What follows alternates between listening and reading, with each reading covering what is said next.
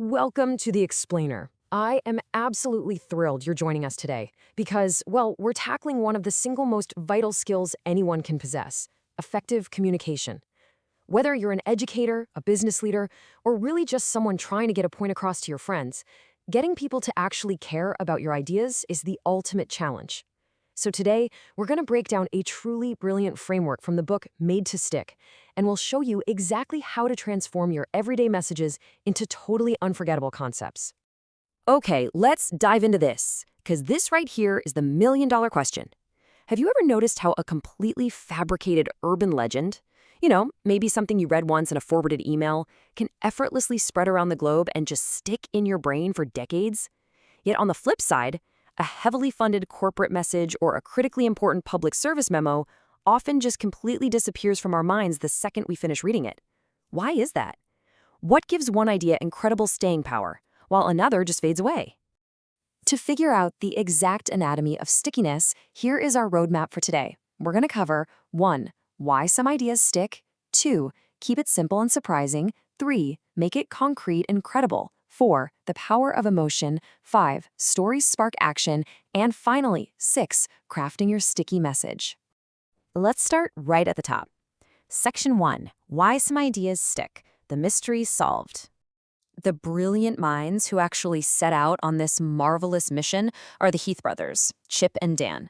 Back in their 2007 bestseller Made to Stick, they decided to hunt down a definitive formula for supercharging our ideas. They really wanted to figure out what makes a story reverberate globally so that literally anyone could learn to replicate that success. And what makes their framework so reliable is the incredible combination of their backgrounds. You've got Chip Heath bringing this intense academic rigor as a psychology professor at Stanford, and Dan Heath bringing the practical, real-world business application as a Harvard MBA and education consultant. Together, they essentially built this powerful research machine. They collected mountains of data on sticky ideas, analyzed it all, and coded it to find the recurring patterns of success. So the absolutely crucial point they found is this: sticky ideas do not require massive PR machines or multi-million-dollar ad budgets. Ideas can actually stick naturally on their own merits.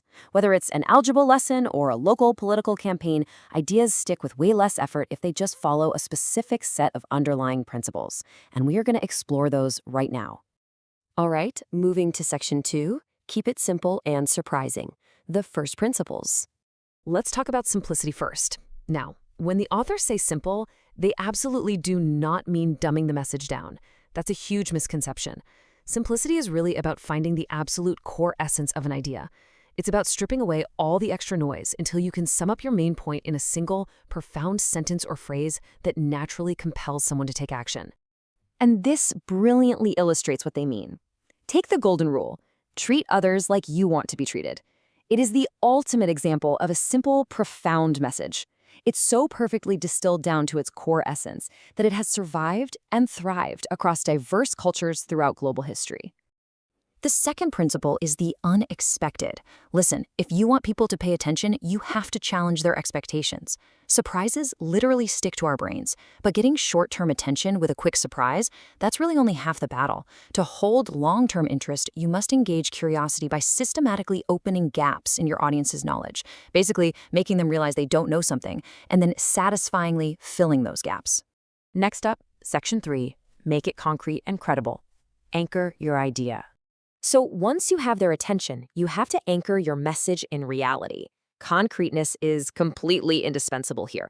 If an idea is too abstract, ambiguous, or just drowning in industry jargon, it gets totally lost in the shuffle of our busy minds.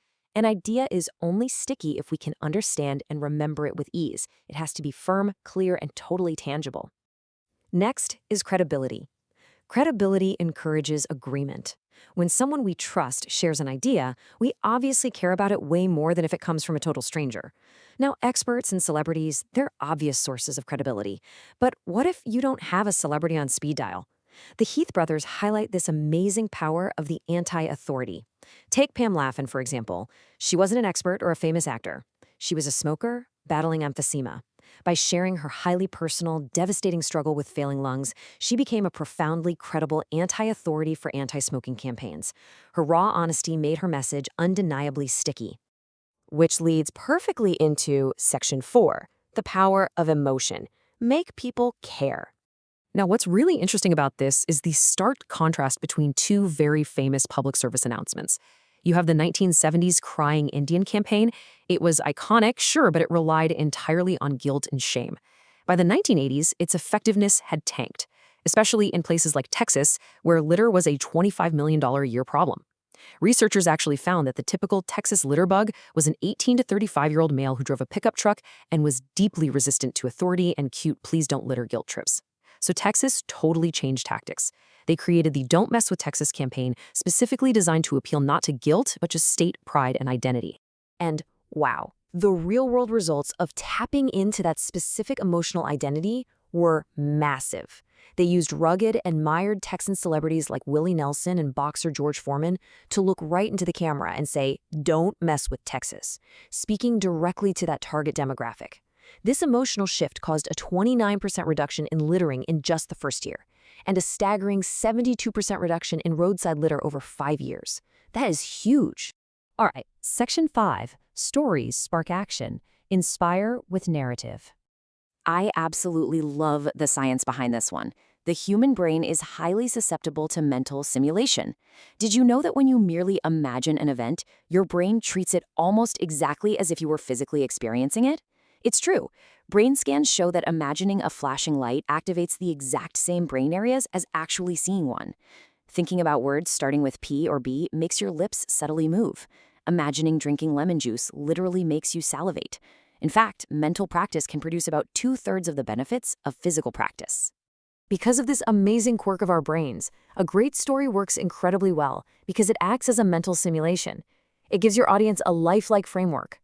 When a story connects to its listeners through links to real, everyday experiences, it guides them right to a nugget of wisdom. It essentially allows them to mentally prepare for a situation, making the core idea incredibly easy to recall, retell, and use to spread the message even further. Finally, Section 6, Crafting Your Sticky Message. Apply the framework. The wonderful news here is that you really don't need to be some sort of incredibly creative genius to make this work. You just need to learn how to spot the powerful stories that are already happening all around you. Step 1 is to filter those great stories out of your daily life.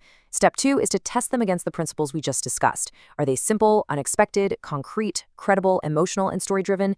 And finally, step 3 is to run mental clinics.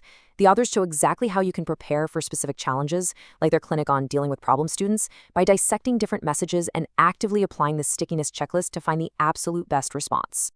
Which brings us to the end of our explainer and to a question I really want to leave you with.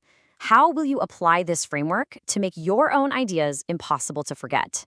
Whether you're presenting in a boardroom, teaching a class, or just trying to create a positive change in your community, you now have a proven, research-backed checklist to ensure your message doesn't just fade away, but truly sticks.